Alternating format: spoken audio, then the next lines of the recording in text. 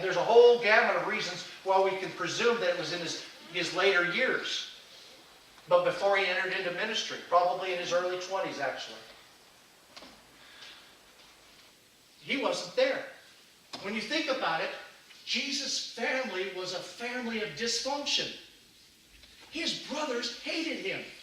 His brothers despised him. They taunted him. They made fun of him. And they absolutely did not believe him to be the Son of God. And they were nowhere to be seen unless they were in the crowd laughing at this guy that said he was their brother.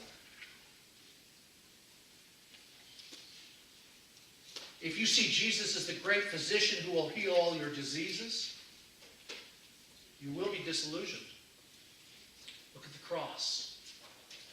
Jesus suffered almost as no one could ever suffer. He died at 33 years of age. We see that he healed many people. But as much as he healed many people, many also went without healing and died during Jesus' walk on this earth. Why? Did he not care about them? The message was not about the healing. The message was about the work of grace and salvation. It isn't about the healing, it is about the heart.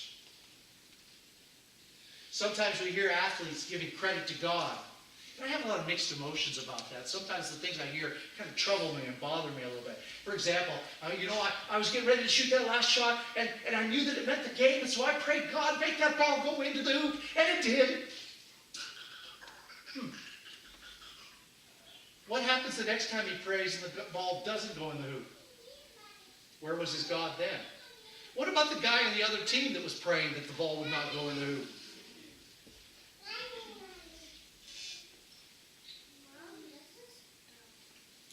One day we pray that maybe our child will be successful and things will go well. And instead our child has problems and ends up having to be locked up. A child or a family member, we pray, will never have cancer, or we get that scare and that announcement comes, and all of a sudden we find it is happening. We could easily become disillusioned if we have bad doctrine going on in our lives. Have one of these factors come into play in your walk? Have they impacted you the way that it impacted the disciples? Fatigue? Fear? Arrogance? Greed? Or disillusionment? Is one of those part of your story? Ultimately, beloved, just like the disciples, it comes down to choice. We either choose Jesus over comfort and security. We either choose Jesus over ourselves. We either choose Jesus over money and monetary things. Ultimately, we have to answer that question. What do you do with Jesus?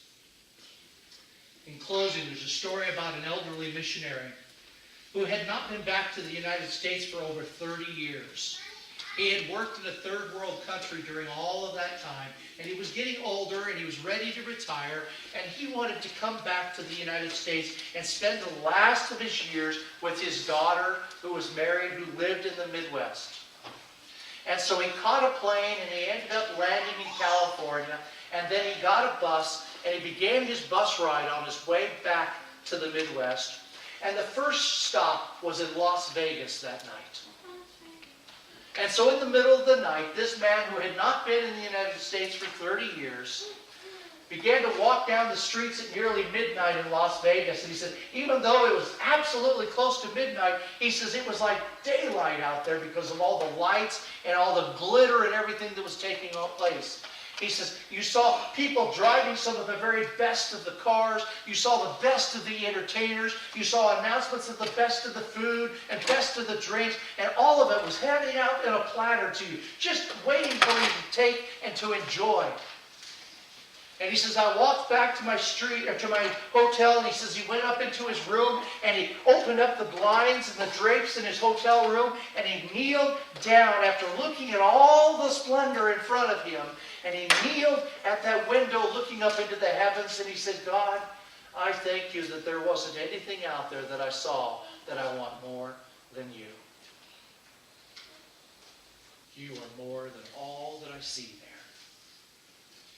More than all that I see there. I like the old hymn that reads, I'd rather have Jesus than silver or gold.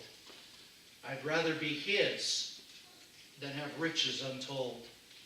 I'd rather be led by his nail-pierced hand. I'd rather have Jesus than anything this world affords today. I'd rather have Jesus than men's applause. I'd rather be faithful to his dear cause. I'd rather have Jesus than worldwide fame. I'd rather be true to his holy name. I'd rather have Jesus than anything this world affords today. Amen.